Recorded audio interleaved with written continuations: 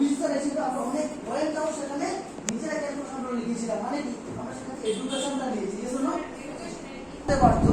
তাহলে আজকে যারা এমএ করছে, যারা আজকে পিএইচডি করছে, যারা আজকে দিনে বিএড করছে, যারা আজকে দিনে দাঁড়িয়ে এমকম করছে, বিকম করছে, তারা 100% বলছি এডুকেশনের জীবনে কোন জায়গায় না তার সাথে কি লাগবে বলছে, তার সাথে নাম্বার হচ্ছে সিস্টেম লাগবে।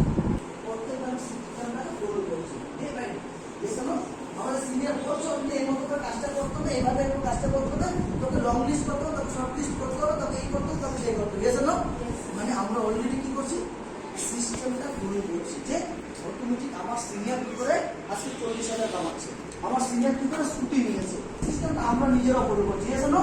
তাহলে আমরা শুধু সিস্টেমটা ফলো করলে হবে না, সেটা কি নিতে হবে বলছে সিস্টেমের সাথে সাথে বলছে কি কালচারও নিতে হবে। কি নিতে হবে?